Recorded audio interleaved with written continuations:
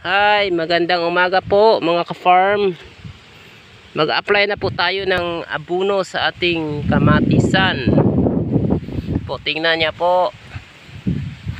Isang scoop bawat puno. Niya po scoop ha. Isang ganyan. Dalawang klase ng abono. Dalawang klase ng fertilizer ang ginagamit namin. Tripol at saka 1620 po ginagamit namin basta namulaklak na yung kamatis. Yun po ang kamatis namin, oh.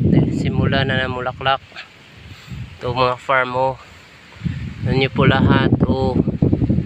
Nanyo po, oh. Nanyo po nag-apply ng kamatis ngayon. Simula na ang bulaklak. Saka pasalamat tayo dito sa Masbate, hindi kami tinamaan na masyado ng bagyong Guring. Yung pananim namin hinangin-hangin pero kunti lang. Okay lang to mga farm. Ito po mga farm ha, mga techniques sa mga pagtanim ng kamatis. Ito po ano po, mulaklak na lahat, oh.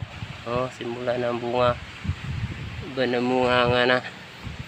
Ito mga abono namin, oh, nilagay naman sa balde. Ito po mga ka-farm, tingnan nyo po mga techniques namin pagtanim ng kamatis, kung paano magtanim ng kamatis.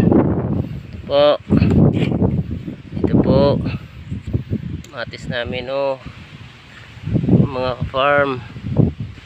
Ito yan ang lawak yun.